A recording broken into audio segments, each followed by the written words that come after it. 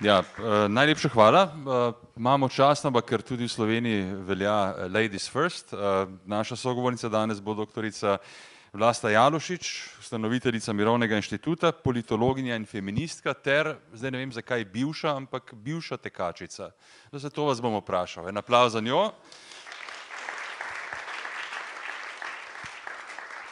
Zdaj tudi Slovenci imamo, kako se temu reče, ustanovitvene očete oziroma founding fathers, ampak to je founding father Ljubljanskega maratona, gospod Andrej Razdrih, odvetnik,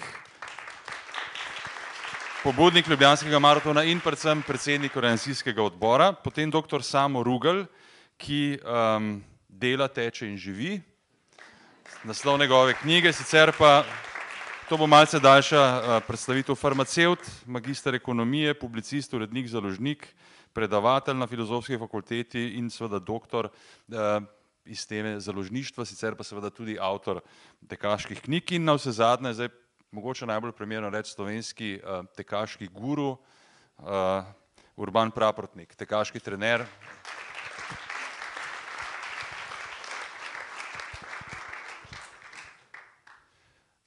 Se prečujem, malce vam bom hrbet pokazal, ampak kjerkoli želite.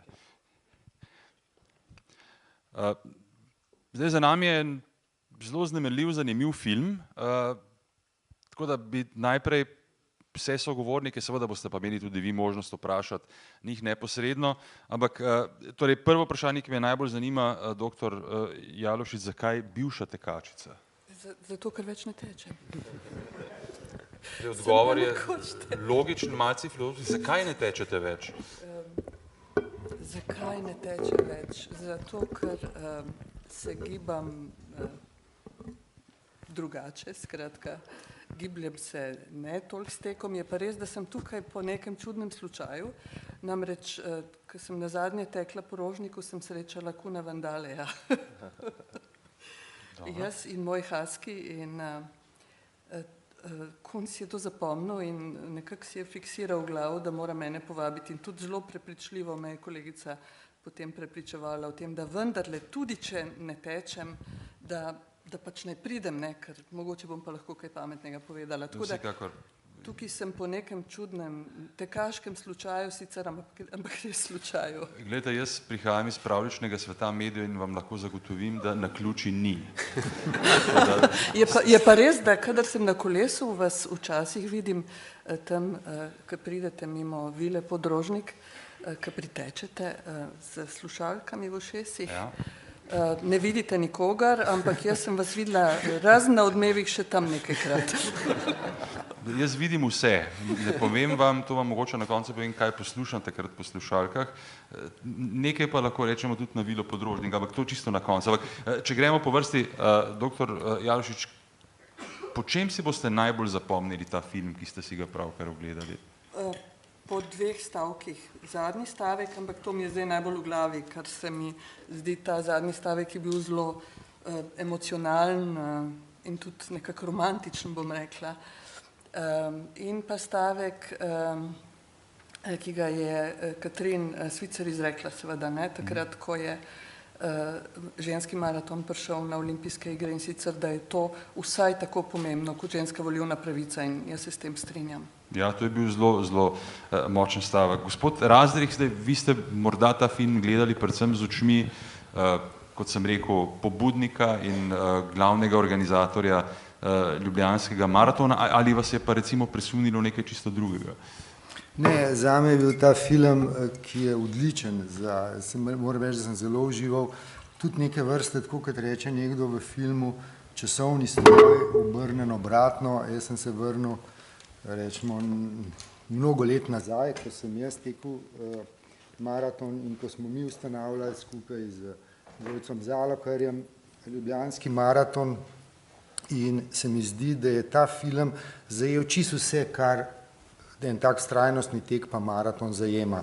To je oseben odnos do teka, potem je to družbena vloga teka, revolucionaren odnos, ki je bil za začetki teka vzpostavljen in na koncu tudi z problemi, ki jih maratonska organizacija maratonskega teka pač tudi za sabo potegne.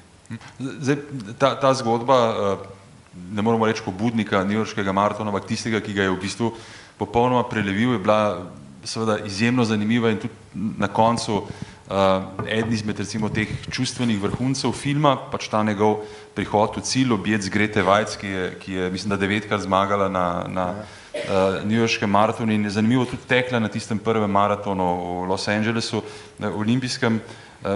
Za ženske zdaj verjetno seveda niti po velikosti, niti po obliki newyorškega in ljubljanskega maratona ne kaže primerjati.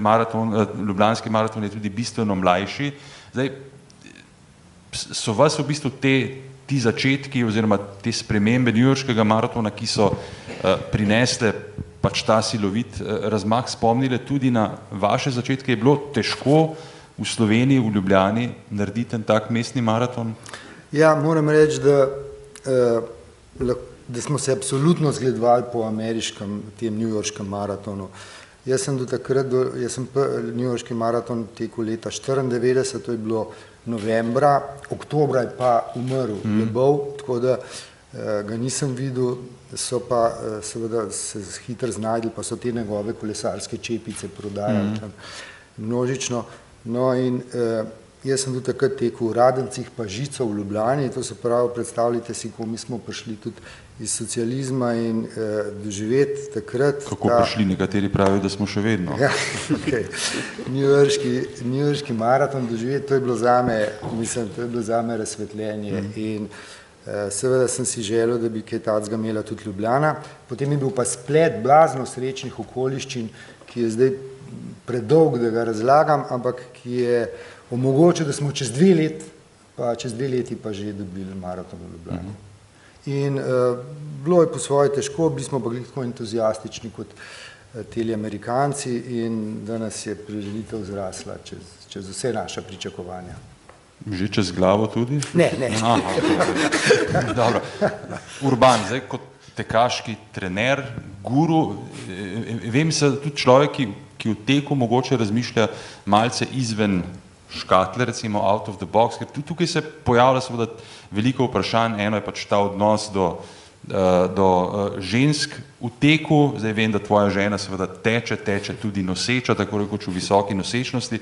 En element, ki je bil tukaj samo rahlo nakazan, je tek otrok, ne, kar je recimo tudi ena stvar, ki bi jo nekoč kazalo mogoče malce bolj pojasniti in razdelati. Ampak kaj je recimo tebi bilo to, kar te je najbolj presunilo v tem filmu? Ja, to, da sem se skoraj 2-krat, 3-krat skoraj zjokal. To me je stisnilo parkrat. Zdaj, sicer ne vem čisto točno kaj. Zjokal zakaj? Zato, ker si se mogoče videl tisti množice, ki je tam tekel. Ne, nisem se videl. V bistvu zelo čustveno sem dojel marsikater trenutek v tem filmu. Nekako ta stvar, ki se nam danes zdi zelo samoumevna, pa v 60-ih, začetku 70-ih let ni bila in je v bistvu,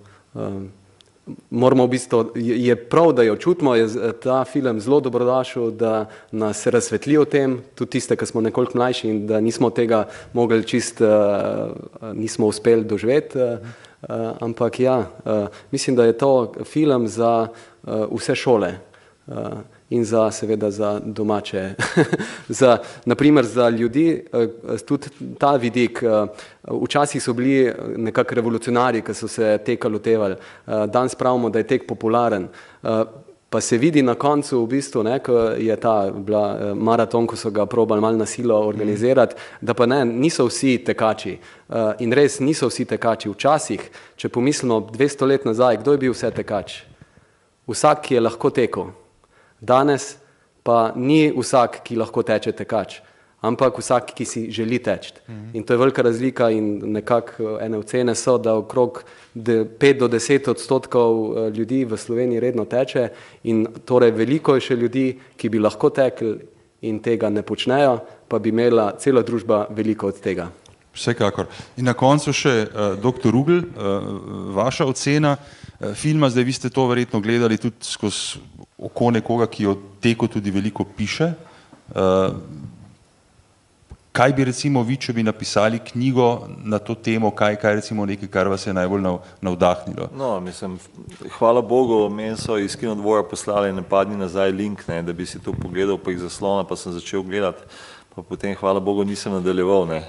In sem tukaj potem skupaj z vsemi spremljal to in film je pač najen, kot v slogu najboljših dokumentarcev, ima vse te elemente in čustvene in arhivske, ne, mislim, praktično ti zapakira v 1 uro pa pol vse elemente teke, tako kot je že Andrej povedal, ne, od tega, kako se veliki teke organizirajo, do komercializacije, do vseh teh socialnih elementov, ta zadeva s tem newyorškim maratonom in tem, v bistvu, kako so protestirali v bistvu te ljudje, ki so bili prizadeti zaradi orkana, je zelo pomenljiva, ne, in na nek način tudi postavlja preko neko mejo, recimo med neko rekreacijo in na drugi strani med življenjskimi pa socialnimi zgodbami, ne, tako da Free to Run, ne, sam naslov recimo je pa tudi zelo dobro zadet, ne, tukaj je bil preveden kot maraton, ampak recimo ko pogledaš film, v bistvu ta naslov zelo lepo paše, ne, ta svoboda teka, v tem smislu mi je pa ostal od začetka en prizor, mogoče samo par sekund,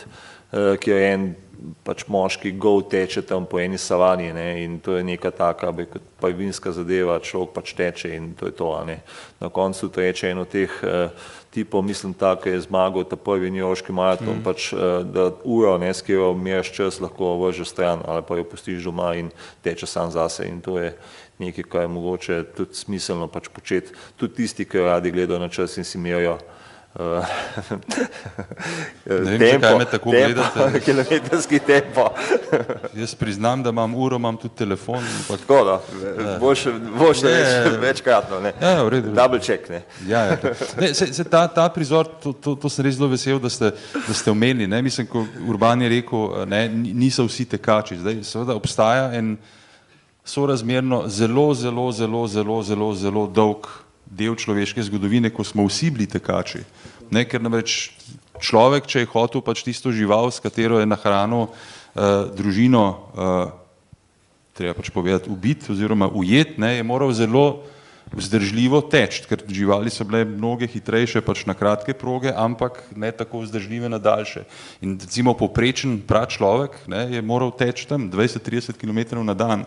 To je v nas samih, ne, in zato se mi zdi ta posnetek bil zelo pomemben. Zdaj, res je sicer, da nekateri, doktor Jalušišev, zdaj se vračam k vam, pravijo, da so že takrat vloge bile razdeljene, se pravi, moški so letali naokoli. Ženske so tekli z otroci na hrbtih. Ja, ne, ženske so čakale doma ob tabornem ognju, čakale na to, kaj bo gospod prinesel, ne, ampak se pravim, ne, ta zgodba je res frapantna, čeprav jaz, če mi dovolite malce osebnega pogleda, sem to zgodbo žensk v maratonu gledal malce drugače, ker moja mama je bila sredi 50-ih let jugoslovanska rekorderka na 800 metrov. 2:14:7 je tekla na 800 metrov, to je čas, o katerem jaz lahko samo sanjam. Ne, še živi, ni več tako hitra, kot je bila včasih, ampak pustimo to. Ne, in recimo, ne, njo so v bistvu, ona je začela na 100 metrov, potem so pa rekli, imaš nekaj težav na štartu, Petra je na najdaljšo možno progo v atletiki takrat, 800 metrov, ni sicer bila na pač velikih tekmovanjih po tistem teku, ampak ne, za mene je bilo vedno normalno, da ženska seveda teče tudi daljše proge. Zdaj, recimo, ta dogodek na bostonskem maratonu se je pa zgodil v letu mojega rojstva, 67, ko je pač prva ženska uradno, neuradno tekla. Zdaj, to je bila Amerika, ne, je odnos, po vašem mnenju, odnos do ženskega športa v Sloveniji vendarle bil malce drugačen, ker se mi zdi, da v Sloveniji, ne glede na vse to, kar se dogaja med nami in okoli nas, se mi zdi, da nam je bolj normalno, da so ženske enakopravne. Mislite, da je pot žensk do maratona v Sloveniji bila na kakršenkoli način lažja kot recimo v Ameriki, pa tudi v Švici? V socializmu je bila emancipacija žensk vsekakor drugačna in zgodila se je prej kot na Zahodu. Ne. Mi smo imeli neko obliko državnega feminizma in to neko enakost kot vrednoto, ki je bila zapisana v ustavi in ki je bila v nekem velikem delu tudi prakticirana, seveda. In jaz mislim, da tudi seveda v športu je bilo drugače kot na Zahodu in mislim, da je bilo drugače tudi v veliko socialističnih drugih državah, ne samo v Jugoslaviji takratni. Ne. ampak vendarle to seveda ne pomeni, da so spolni stereotipi bili odstranjeni oziroma da niso bili tukaj. Zame je bilo tudi normalno, recimo, da je v prvem razredu osnovne šole, v katerega sem hodila od 32 otrok, 31 mam bilo v službi, ne. To je skoraj 100%, medtem ko na Zahodu to pač ni bil slučaj, ne. Skratka, mislim, da je to šlo z roko v roki, ne. Neka emancipacija na področju dela in tudi emancipacija na področju športa, ampak da je seveda razlika velika obstajala, to nam je vsem jasno. Tudi jaz sem bila soočena še v 70 letih, konec 70 let s čudnimi pogledi, ko sem tekla, recimo. Jaz sem se zelo lahko identificirala s tem, ker recimo spomnim se nekega dogodka, ne, tekla sem leta 78 na nekem dalmatinskem otoku in sem najprej srečala gardo temnopoltih Libijcev, ki so tam trenirali, potem pa še gospo, ne, ki me je vprašala, ja, čigava si pa ti, ne.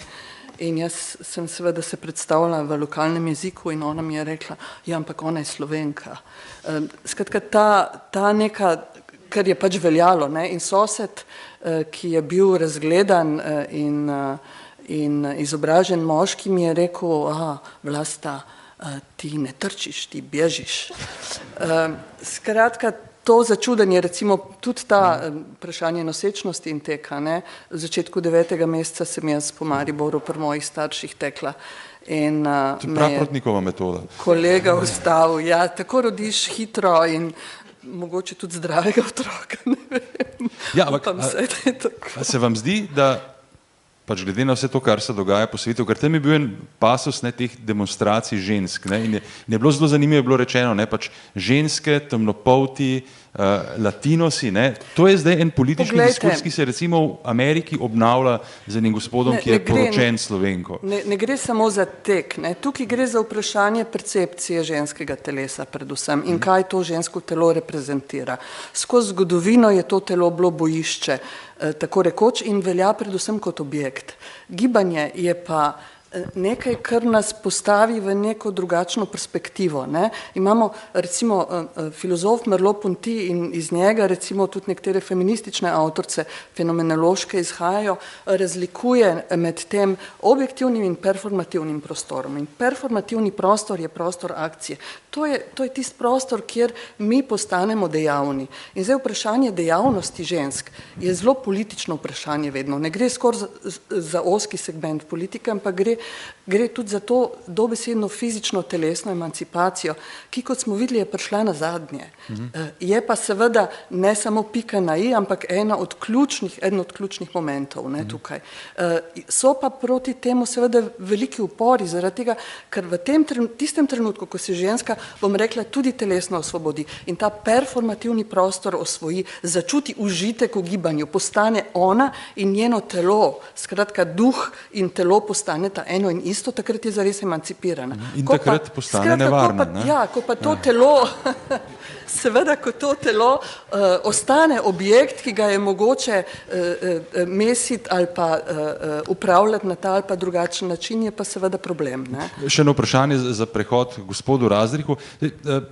Zanimiva je bila ta zgodba, ne vem, koliko ste jo pač res razumeli kot izpostavljene, ta ženski tek, Avon, ne, ki je bil seveda sjajen komercialni uspeh.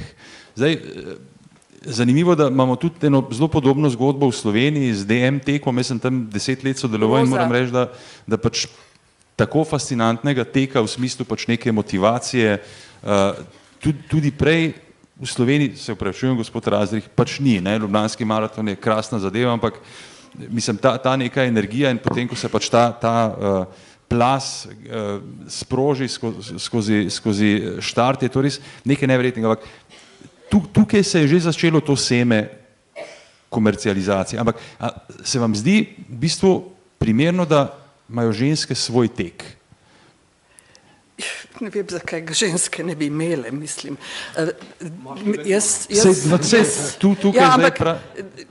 Poglejte, ženske imajo svoj tek natanko zaradi tega, ker so bile izključene. Ne? Mislim, zato, ker predtem vsej smo videli, kako so se bojevale, da so bile vključene. Tisto, kar mislim, da bi bilo mogoče treba tukaj še povedati, pa tu ne gre samo za vprašanje ženskega teka. Ne? Po moji oceni gre seveda pri vprašanju tem nekem začetnem zagonu teka, ki se dojema kot svoboda gibanja sama, ne? In ki dejansko reprezentira nek užitek za vprašanje nadzora oziroma kontrole tega užitka. Ko ženska vstopi v ta prostor, gre seveda še bolj, skratka se še bolj zagnano lotijo te kontrole užitka. Ne? V tistem trenutku, ko tek postane množičen družben fenomen, ki se komercializira, pa seveda se zgodi nekaj drugega. Ne? Takrat gre ne več za nadzor užitka, ampak kapital na nek način prevzame organizacijo užitka. Ne? Skratka, ta užitek se porazdeli med množico in zdaj ga kapital organizira. Ne? Zdaj in tukaj več ni prepovedi uživanja, ampak je ukaz uživaj, ne? V teku. In čim več ljudi teče, tem več profita bo, več bomo prodali tekaških čevljev in tako naprej in tako naprej. Skratka, tukaj se vidi točno ta nek prehod, ne, iz te, in to se zgodi pravzaprav z vsemi revolucijami in z revolucionarnimi gibanji bolj ali manj. Ne. Mogoče jaz zaradi tega več ne tečem, ker nočem, da mi kdo organizira užitek, to bom počela sama.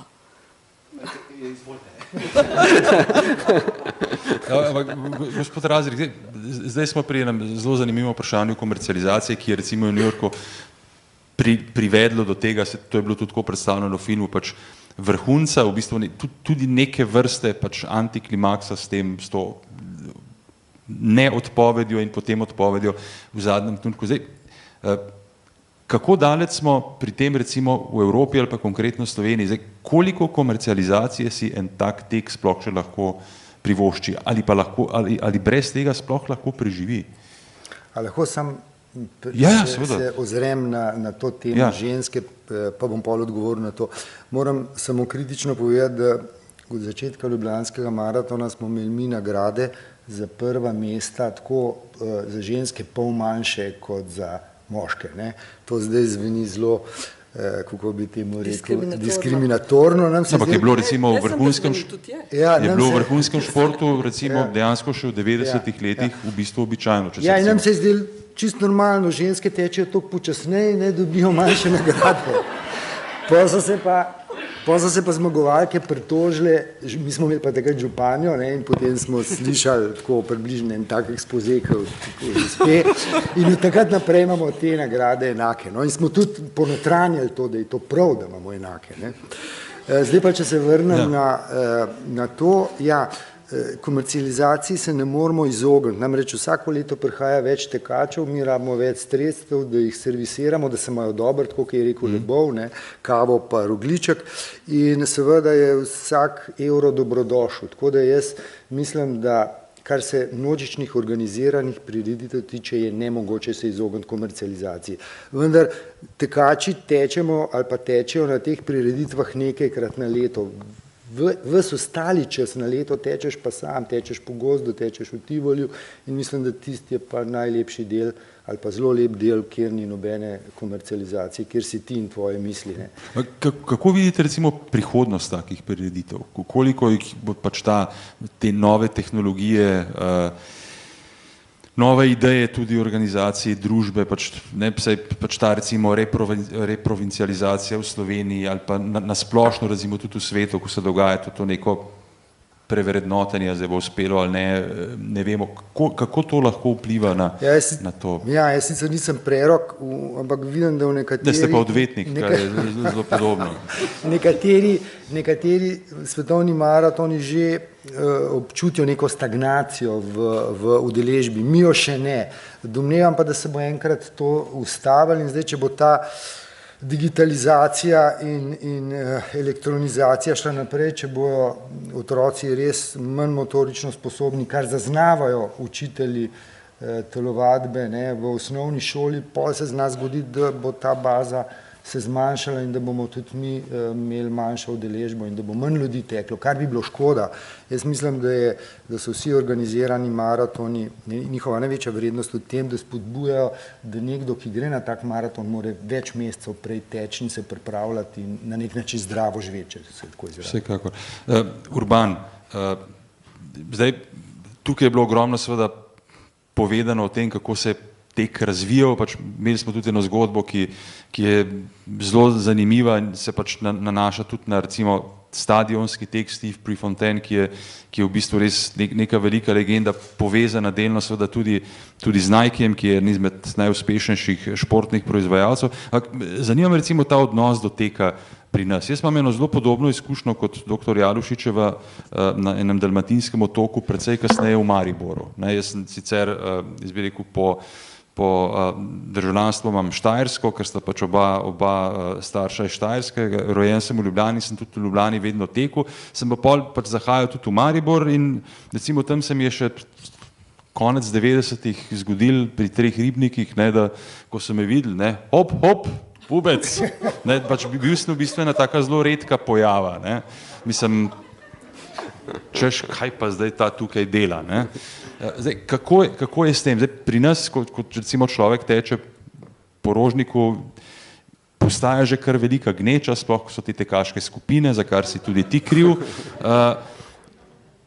Kako se je pri nas spremenil ta odnos do teka in kako se razvija?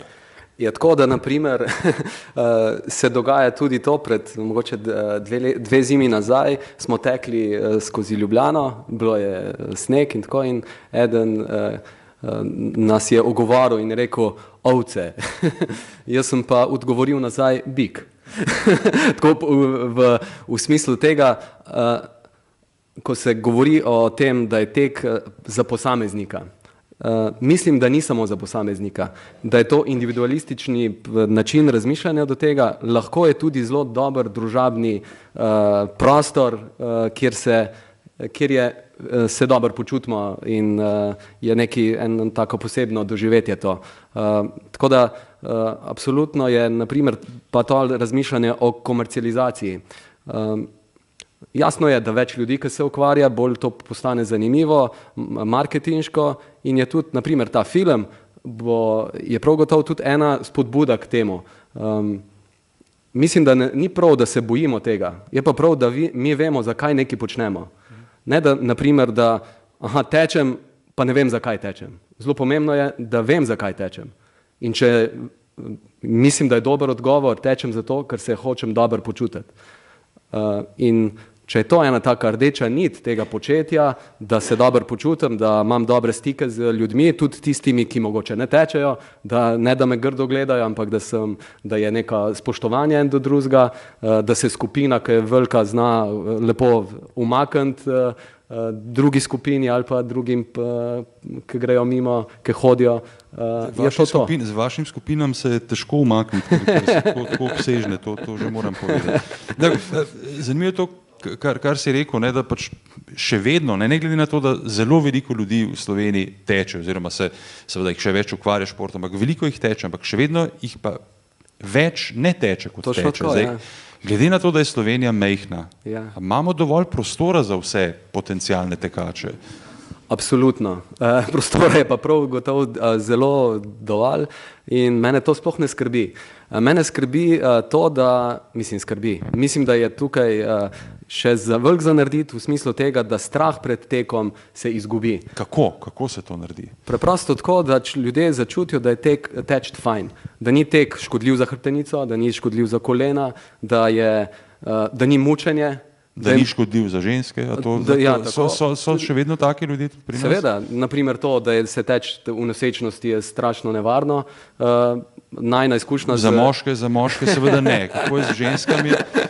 Ja, z ženskami verjetno različno, ampak je tudi dobra izkušnja in to v naši družini. Jasmina je uživala v teku med nosečnostjo in jo je veliko lažje prestala, kot verjetno, če ne bi tekla, ker ni imela praktično nobenih težav. Je pa seveda vprašanje, na kak način se lotevaš teka. Tako sem rekel, ključno je to, da se vprašaš, zakaj se lotevaš in pol je jasno tudi način, je jasen. Zato, da se bom dobro počutil in naprimer tek v nosečnosti, ta tek Jasmine 3 dni pred porodom, to bo ravno 3 leta, ravno za rojstni dan bo imela naša Sofija, ko bo letos Ljubljanski maraton, tako da takrat je bil pa očitno 27.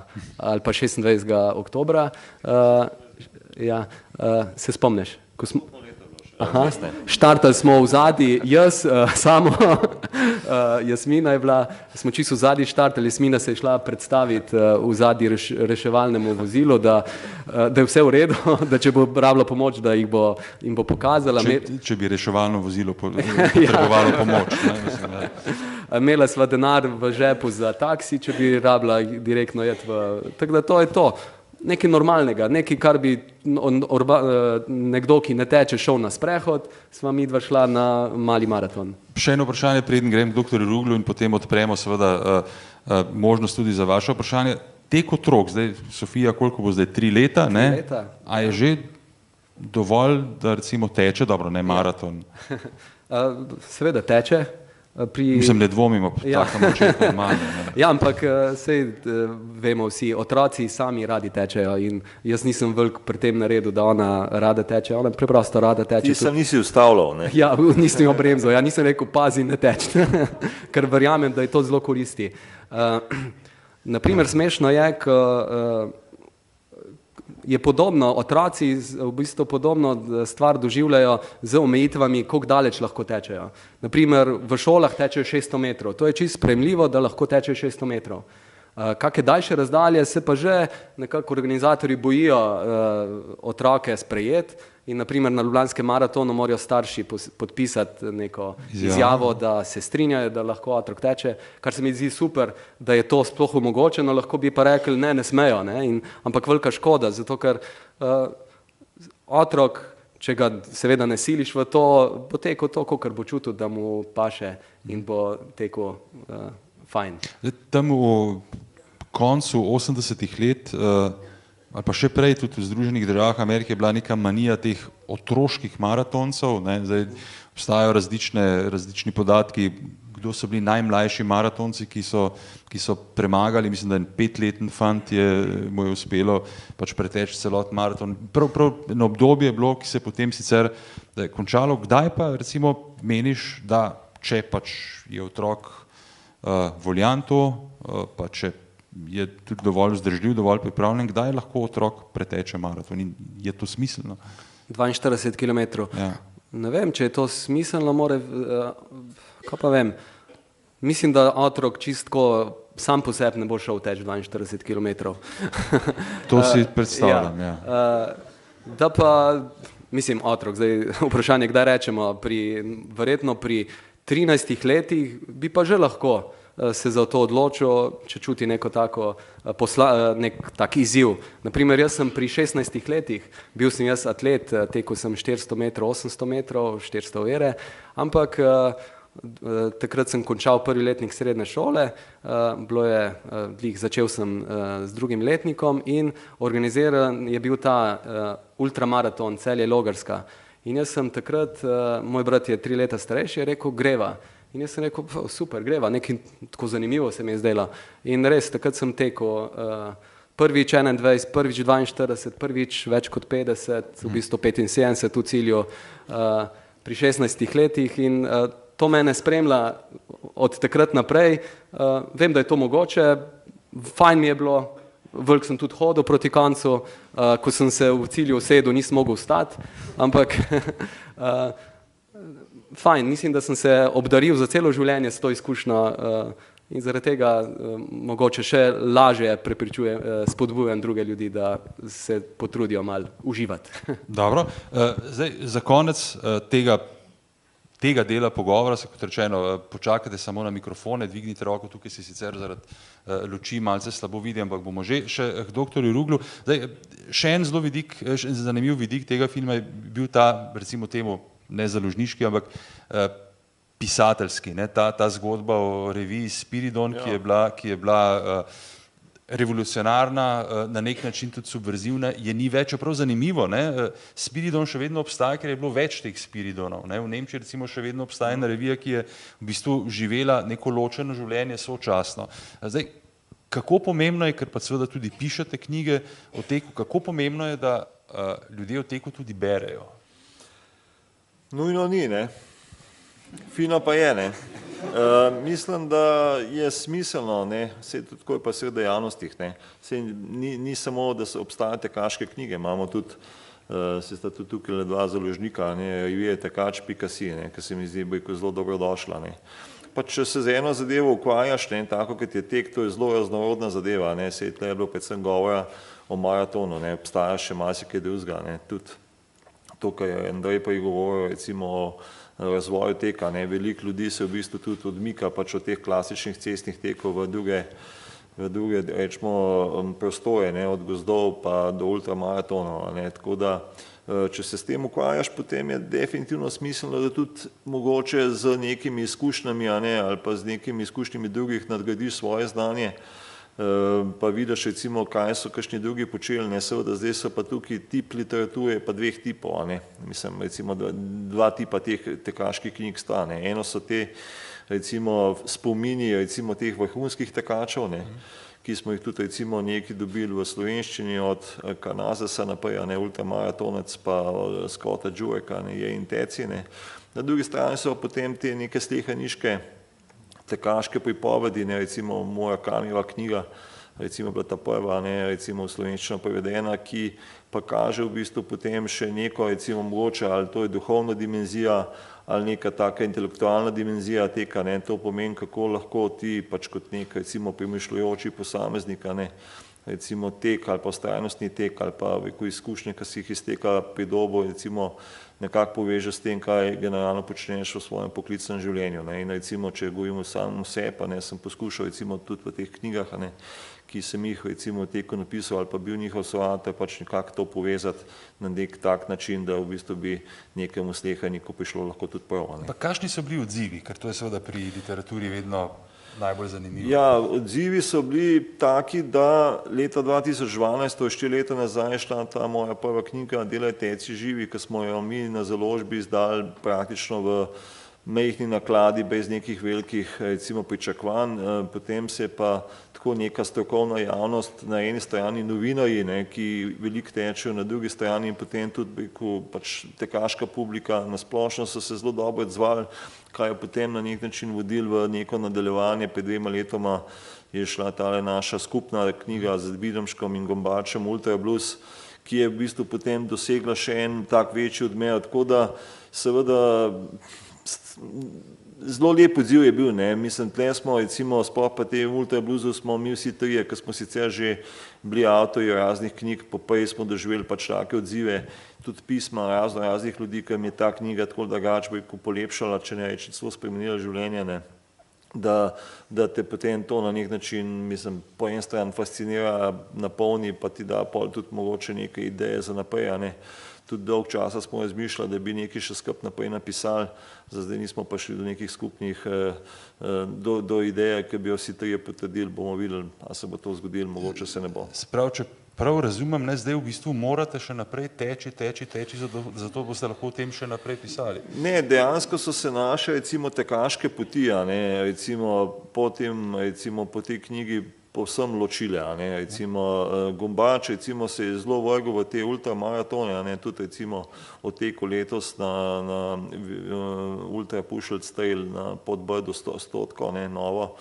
Recimo Videmšek je šel zelo v nek tak praktično neorganiziran tek, teče bolj sam zase.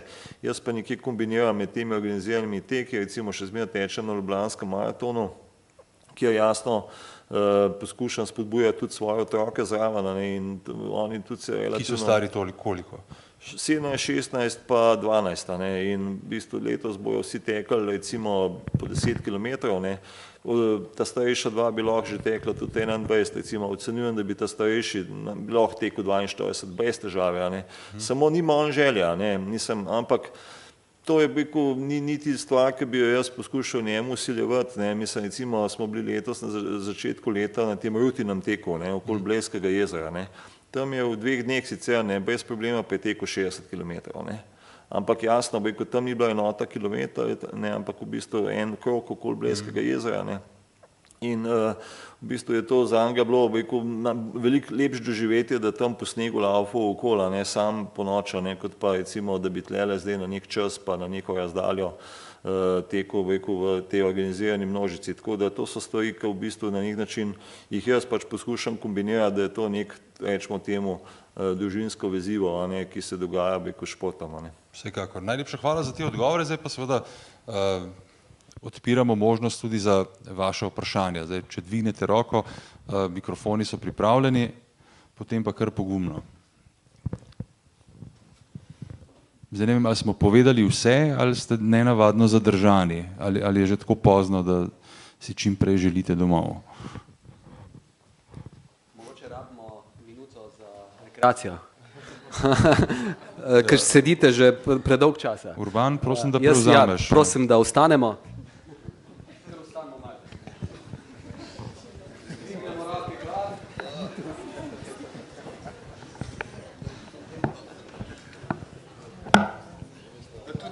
Jaz sem dan že tekel, hvala.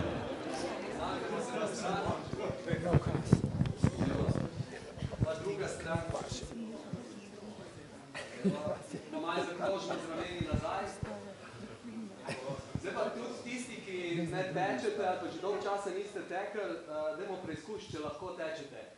Dajmo na mesto samo takole, čist malo 10 sekundic, če nimamo zelo visokih pet, se to absolutno da. Dima. Evo, bravo. Jaz mislim, da naprimer vaše prijatelje, ki še niso tekači, jih preizkuste v tem, se kar vsete, ja. Če lahko uživajo tistih 10-15 sekund na teku na mestu, je zelo verjetno, da bojo začeli zelo hitro uživati tudi v teku naprej. Tako da je to treba probati. Urban, najlepša hvala, prosim, da še toliko počaka. Zdaj, če ne bo nobenih vprašanj, bomo še ponovili vajo. Tako da, vprašanja, prosim.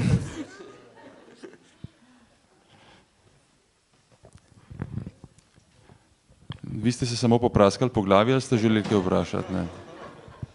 Jaz ne vem, jaz mislim, da se Slovenija res radikalno spreminja, nobenih vprašanj, vsi zadovoljni, vsi pač so dobili vse, kar so vsi enakopravni v nespraševanju.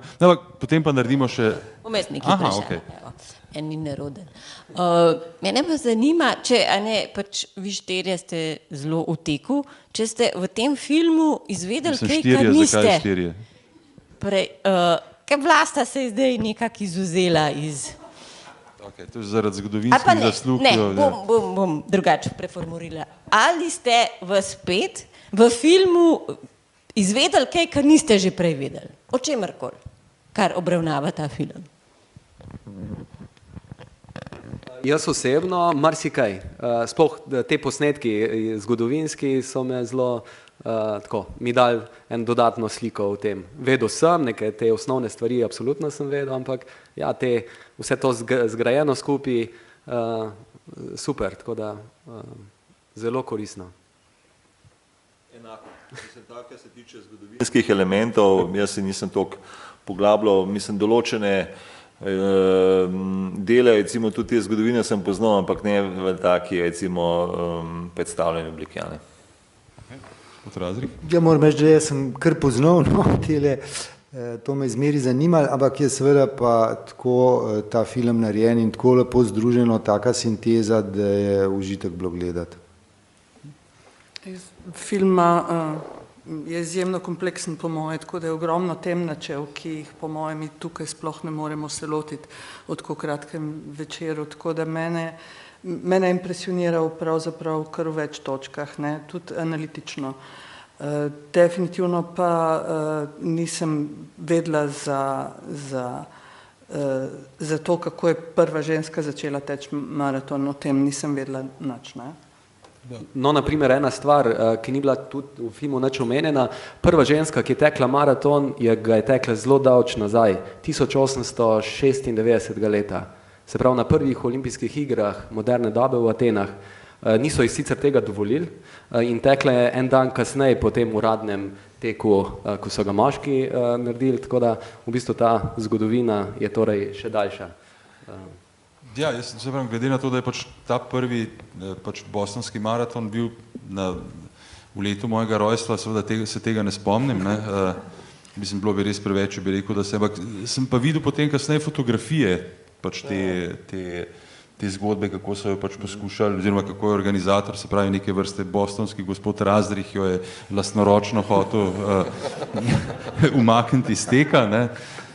Sem pa prvič dejansko videl posnetke, ne, mislim, to je neverjetno, mislim, pač to, glede tega je to res bilo zanimivo, ne. Jaz mogoče to sem hotel zvedeti, ker sem razmišljal o tem našem pogovoru, kdo je bila pa prva Slovenka, ki je tekla maraton, pa nisem mogel na Atletski zvezi zvedeti podatke, kakor mi je kolega Jelo Ambrožič povedal, je verjetno, da je ena prvih bila Veronika Bohinc, ki je tekla pod 3 ure, kar je fenomenalen rezultat in jaz v 10-letnem prizadevanju, da bi izboljšal, nisem nikoli prišel pod 3 ure, žal. Hvala enako. Ja, se to je, mislim, očitno, ne, imamo tudi v Sloveniji še marsikakšno zgodbo, ki v bistvu še na nek način ni odkrita, ne, kar bi bilo seveda zanimivo odkrivati in tukaj vas seveda vabimo, če karkoli veste, ne, povejte, recimo doktorju Ruglu, ki je založnik. Ne. No, sej, nekaj rečemo knjižne ideje prihajajo ves čas, ne, sam jasno, eno je imeti idejo, drugo je narediti knjigo, ne, recimo pred časom se mi javil en fant, ne, ali pa recimo moški, ne, star okoli 30 let, ki bi naredil knjigo o teku po slovenski planinski transverzali, ne, recimo tukaj je bilo tudi že nekaj tekačev in raznih prigod, ne, in sem rekel, malo sem mu pač nekako dal recimo izhodišča, ne, potem pa zdaj jasno od ideje, ne, ker tudi on je bil tudi eno teha, ne, ki je pa šel nekaj let nazaj to preteku in je rekel, da ne ve, če bo zmogel, ne, tako da knjigo napisati, plus, ne, nisem napisati knjigo, ne, knjiga moj bi dobra, ne, ker recimo zdaj imamo res dobre knjige prevedene v slovenščini, tudi te domače so res tudi dosegle res dober odmev in zdaj je ta letvica, ne, na knjižnem področju kar visoko postavljena, ne. No, vsekakor izziv za dobre pisce. Zdaj, če samo sklenemo še zadnji krog, spravi, če smo prav razumeli, doktor Jalušič, vas ste pač ostajate bivša tekačica, kakšni so pa sicer recimo vaše športne ambicije poleg kolesarstva? Mislite, katere športe? Ja. Plavanje, hoja v hrib, ampak jaz imam 12,5 let staro haskico, ki več ne more teči. To je tudi eden izmed razlogov, zakaj ne tečem več, tako da vsekakor ne bom postala profesionalka.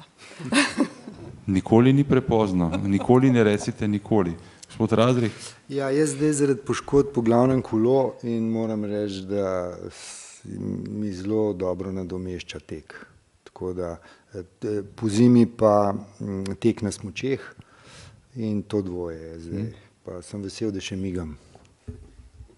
Vsekakor in še dolgo boste, kolikor vas poznam. Urban, ali je še kaj v tvojem življenju poleg teka? Pred nekaj časa mi je ena tekačica rekla, da meni prav gotovo tek pomeni vse. Pa sem se zamislil in se absolutno ne strinjam. Je pa res, da torej tek mi absolutno ne pomeni vsega, nekako pa sem zelo hvaležen teku, da ravno s pomočjo teka imajo vse stvari večji pomen. Tako da mislim, da je ta poanta. Ampak se ukvarjaš s kakšnim športom? Seveda. Hodim vsak dan. Dobro, to je nuja. Ne, to je, ja, nuja se je premakniti iz točke A v točko B, kako pa to narediš, še pa lahko seveda tudi avto zelo priračen, ampak veliko raje hodim v tem primeru. Torej, moja definicija športa, ne vem, je vsako gibanje, ki ga delaš z veseljem, ki ni nujno potrebno, ga pa narediš z veseljem.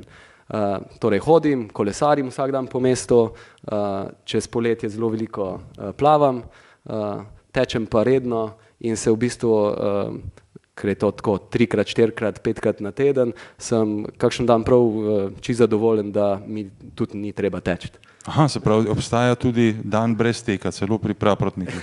Seveda. No, to je tudi ena izmed zanimivih ugotovitev današnjega večera, moram reči. Okay, in na koncu samo Rubel? Moja kratkoročna ambicija je preteči spet ljubljanski maraton, ne. Kaj mogoče se ne zdi toliko težko, ampak zame je spet kar težko, ker sem recimo letos večinoma tekel oziroma hodil po hribih, ne. In sicer sem bil že na 3 gorskih maratonih, na enem celo ženo, sem jo zvabil na eno 50-kilometrsko gorsko dirko, ne, in to je bila v bistvu tudi ena taka zelo intimna zadeva za najo, ne, in mi je bila zelo veliko mi pomenila. Tako da praktično sem šele pred enim parimi tedni se spet oprijel tega cestnega teka, ne, in cestni tek je dejansko popolnoma drugačen, kot tek po hribih ali pa po gozdu, ne. In upam, da se bom uspel pripraviti, ne, recimo, zdaj imam še par tednov, da malo formo izboljšam. Tako da to je, kar se tiče teh kratkoročnih ambicij, ne. Naprej pa nimam nekih planov, ne, vse pa jasno, zmeraj potem pride do nekih idej, ponovadi ob koncu leta, ne, delaš malo kakšen načrt za prihodnost. Zdaj v zadnjih letih smo recimo neke obiske nekih recimo tekov, recimo tudi drugje po svetu združili s kakšnimi potovanji in mislim, da bomo kaj takega naredili tudi še naprej, ne. Ta združevanje v bistvu teka z potovanjem, ne, to recimo je pač zdaj tudi en tak trend, ne, če greš v nek mest, si tam par dni otečeš maraton, ne. To je nekaj, kar recimo tekači dosti pogosto pa zmeraj bolj redno počnejo, ne, tako da ne greš samo v neko mesto si tam ogledati znamenitosti, ampak si mesto ogledaš še skozi tekaško perspektivo. Imaš seveda potem do tega mesta tudi povsem drugačen odnos in drugačen. Zdaj, kar je pozitivno, glede na to, da boste tako rekoč iz gora prišli na ljubljanski maraton, zdel se vam bo nenavadno flah, brez kakršnih koli vzponov, tako da to priporočamo tudi. No, čeprav gorski maratoni so lih zaradi tega fini, ker v klanc pač hodaš, ne tečeš, ne. Tle pa zdaj nekako pač se pričakuje, ne, na maratonu, da tečeš, ne, recimo, ne. Mislim, čuden si, če hodiš, ne, že, recimo, so tudi ti eni koncepti, ne, recimo, skupen prijatelj z Andrejem je Branko Gradišnik, ne, on recimo, sem pa kaj izvaja te eksperimente, 6 minut, recimo, teka pa 1 minuto hoja, ne, sam jasno, zelo hecen zgleda, če po 6 minutah teka na začetku že začneš hoditi, ne. Jaz sem to recimo enkrat v Radencih prakticiral, pa tako, no, malo nenavadno. Pa se vam zamerili, ne? Ja, no, tam sem šel na polovičko, no, tako da, ampak se da čisto lepo tudi na ta način, ne, odteč, ne, oziroma odhoditi, ne. Ker v bistvu v teku je vse dovoljeno, celo hoja. Dobro, zdaj imamo še zadnjo možnost za kakšno vprašanje, če je koga vendarle premamilo. Če pa ne, se najlepše zahvaljujem predvsem. A je, aha. Halo, da nam boste rekel, da smo čist gnili kaj v publiki. Ne, se tega ne bi rekel, ampak to so vaše besede. Stanislav Košir, veste, v tem filmu na kratko bi, se pravi, free to run, svoboda in na koncu spet pridemo do te svobode, ne. To se mi zdi ta bistvena poanta in na to, kar je vezana tudi komercializacija, katero ste omenjali, ne. Zdaj Urban je sicer rekel, da je prostora dovolj, 5-10% tekačev, Slovenci smo dobri v vseh športih, ampak mislim, da kamorkoli greš, v hribih je gneča, v Tivoli je gneča, vsaka vas ima svoj tekaški praznik. Kam pobegati? Kam iti svobodno teč v končni fazi? Pa koliko se navezuje to na to komercializacijo in kam bo prepeljalo v končni fazi tudi ljubljanski maraton?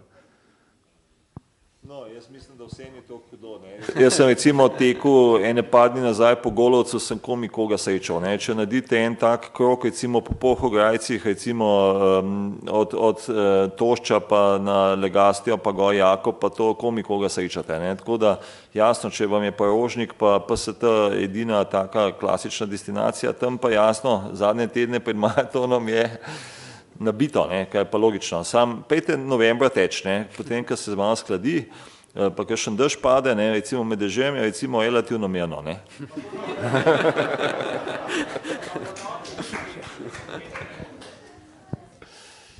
Kot rečeno, Slovenija vendarle pač ima, mislim, da še kar dosti prostora, če bi se pa znali še malce bolj organizirati, ne. pa biti še bolj prijazni drug do drugega, potem pač tudi neka gneča ne bi smela biti problem. Če lahko sem to povem, da kot najbrž vsi veste, da na Ljubljanskem maratonu v 2 dneh teče več kot 1% slovenskega prebivalstva. Ne. Se mi zdi, da je to svetovni rekord, ne, 25 000. No, vse kakšni Slovine tudi pride, ne? Ja, tudi, ja. No, vsekakor smo seveda zelo ponosni, da v Sloveniji imamo ne samo Ljubljanski maraton, ampak Ljubljanski maraton je največji letos, bo, mislim, 30. oktobra.